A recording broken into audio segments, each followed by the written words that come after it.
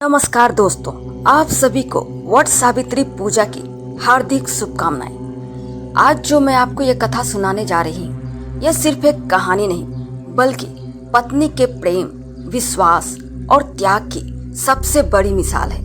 एक ऐसी स्त्री जिसने अपने पति को मौत के मुंह से वापस ला दिया।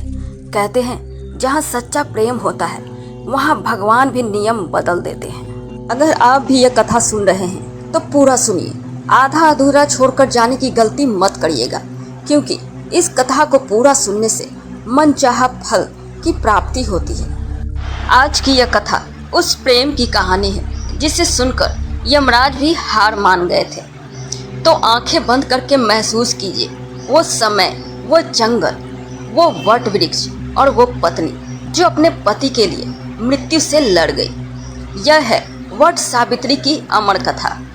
बहुत समय पहले की बात है। मद्र देश में राजा अश्वपति राज्य करते थे। धन, वैभव, सेना, सम्मान सब कुछ था उनके पास, लेकिन एक कमी जो हर रात उन्हें तोड़ देती थी। उनकी कोई संतान नहीं थी। हर रात महल के बड़े आंगन में बैठकर राजा आसमान को देखते और कहते, हे माँ सावित्री, यदि मेरे जीवन में कोई कमी है तो वो संतान की है। रानी मालवी भी चुपचाप रोती रहती। महल में खुशियाँ थी पर किलकारियाँ नहीं थी। फिर एक दिन राजा ने कठोर तपस्या शुरू की। 18 वर्षों तक उन्होंने माँ सावित्री की पूजा की, भोजन त्याग दिया, आराम छोड़ दिया और सिर्फ एक ही प्रार्थना की, माँ मुझे एक पुत्री दे दो।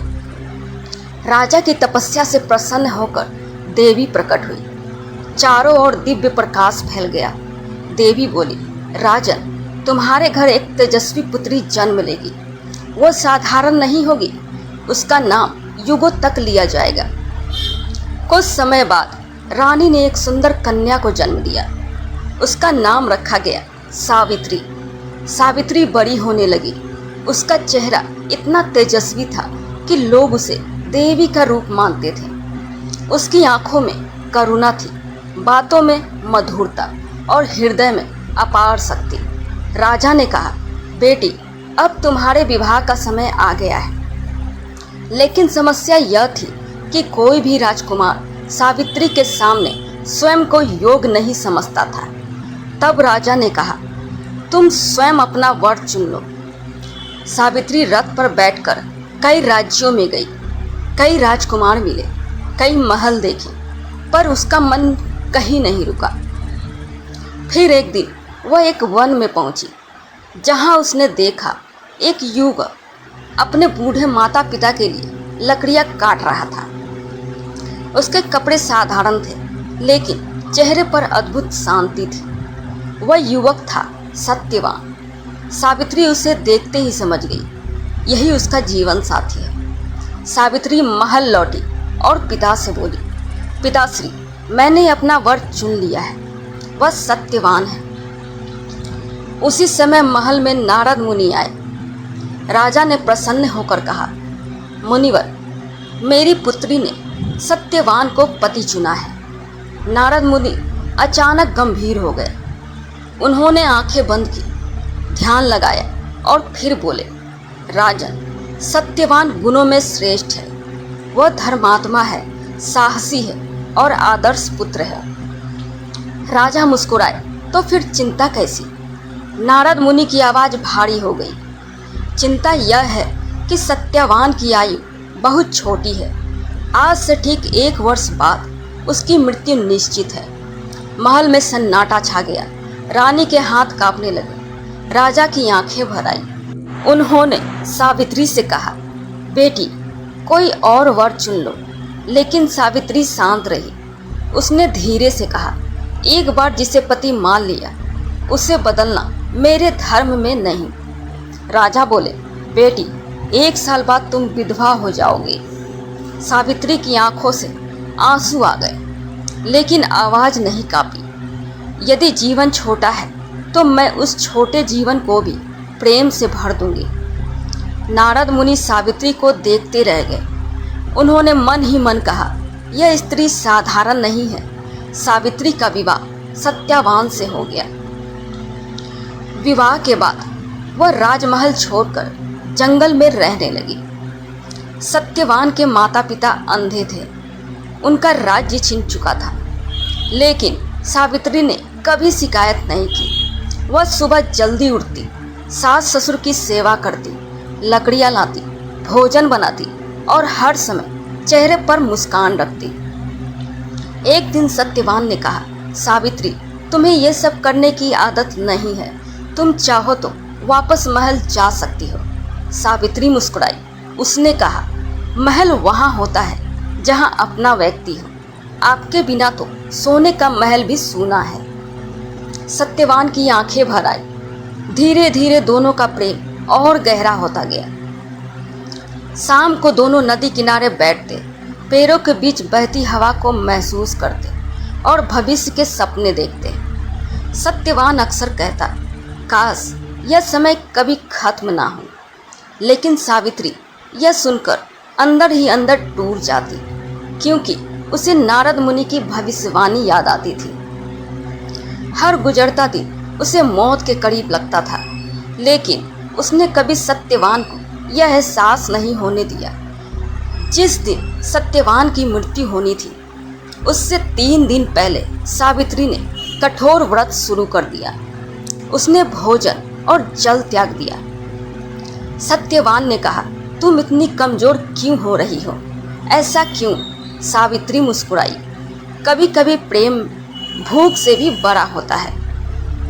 आखिर वो दिन आ गया जिससे सावित्री डरती थी। सुबह आसमान अजीब शांत था, पक्षी भी कम चहचहा रहे थे। सत्यवान लकड़ियां काटने जंगल जाने लगा। सावित्री बोली, आज मैं भी आपके साथ चलूंगी। सत्यवान हंस पड़ा, तुम बहुत कमजोर हो। लेकिन सावित्री जिद पर अड़ी रही। दोनों जंगल पहुंचे। सत्यवान पैर काटने लगा। तभी अचानक उसका हाथ कांपने लगा। उसने माथा पकड़ा और बोला, सावित्री, मेरे सिर में बहुत दर्द हो रहा है। सावित्री घबरा गई। उसने सत्यवान का सिर अपनी गोद में रख लिया। धीरे धीरे सत्यवान की सांसें कमजोर होने लगी। सावित्री की आंखों से आंसू बहने लगे और तभी जंगल में एक दिव्य प्रकाश दिखाई दिया। काले वस्त्र, हाथ में पास और गंभीर चेहरा। स्वयं यमराज वहां प्रकट हुए। उन्होंने सत्यवान की आत्मा को अपने पास में बांध लिया। सावित्री कांप उठी, लेकिन अगले ही पल वह उठ खड़ी हुई। यमराज मुड़े और बोले, अब लौट जाओ सावित्री, तुम्हारे पति की आयु पूरी हो चुकी है। लेकिन सावित्री ने दृढ़ आवाज में कहा, जहां मेरे पति जाएंगे वहां तक मैं भी जाऊंगी। यमराज आगे बढ़ते रहे और सावित्री उनके पीछे चलती रही। कांटे उसके पैरों में चुभ रहे थे, लेकिन वह रुकी नहीं। यमराज बोले, तुम्हारा शरीर यह यात्रा सहन नहीं कर पाएगा। सावित्री बोली, पत्नी का धर्म पति के साथ चलना है। यमराज उसकी बात सुनकर प्रभावित हुए। उन्होंने कहा, मैं तुम्हें एक वरदान देता हूँ, लेकिन सत्यवान का जीवन नहीं मांगना। सावित्री बोली, मेरे सास ससुर की आंखों की रोशनी वापस आ जाए। तब यमराज बोले, तथास्तु। इतना कहकर यमराज आगे बढ़ गए, लेकिन सावित्री फिर पीछे चलने लगी। कुछ दूर जाकर यमराज बोले, अब क्यों आ रही हो? सावित्री बोली, जहाँ धर्म होता है वहाँ भय नहीं होता। यमराज और भी प्रसन्न हुए। एक और वरदान मांगो। सावित्री बोली, मेरे सास ससुर को उनका खोया हुआ राज्य वापस मिल जाए। तब यमराज बोले, तथास्तु। इतना कहकर यमराज आगे बढ़े, लेकिन सावित्री अब भी पीछे थी। यमराज ने पहली बार मुस्कुराकर पूछा, तुम थकती नहीं हो? सावित्री बोली, प्रेम कभी थकता नहीं। यमराज भावुक हो गए। उन्होंने कहा, एक अंतिम वरदान मांग लो। सावित्री ने हाथ जोड़ लिए, मुझे 100 पुत्रों की माता बनने का आशीर्वाद दीजिए। यमराज ने तुरंत कहा, तथास्तु। फिर अचानक वे रुक गए। उन्हें एहसास हुआ, यदि सावित्री को 100 पुत्रों की माता बनना है तो सत्यवान का जीवित होना जरूरी है। यमराज मुस्कुराए। उन्होंने कहा, सावित्री, आज तुम्हारे प्रेम ने मृत्यु को भी हरा दिया। और अगले ही पल उन्होंने सत्यवान की आत्मा मुक्त कर दी। उधर जंगल में सत्यवान ने धीरे धीरे आंखें खोली। वह बोला, सावित्री, मैं सो गया था क्या? सावित्री की आंखों से खुशी के आंसू बहने लगे। उसने सत्यवान को गले लगा लिया। दोनों घर लौटे। वहां पहुंचकर उन्होंने देखा, सत्यवान के माता पिता की आंखों की रोशनी लौट आई थी। कुछ ही दिनों में उनका खोया हुआ राज्य भी वापस मिल गया।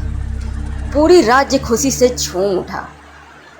उस दिन से हर सुहागन स्त्री वट वृक्ष की पूजा करने लगी, क्योंकि वट वृक्ष लंबी आयु, अटूट प्रेम और अखंड सौभाग्य का प्रतीक माना गया। और तभी से यह पर्व कहलाया वट सावित्री व्रत। दोस्तों, यह सिर्फ एक कथा नहीं, बल्कि विश्वास की शक्ति है। सच्चा प्रेम कभी नहीं हारता। जहाँ निष्ठा होती है, वहाँ भगवान भी साथ खड़े हो जाते हैं।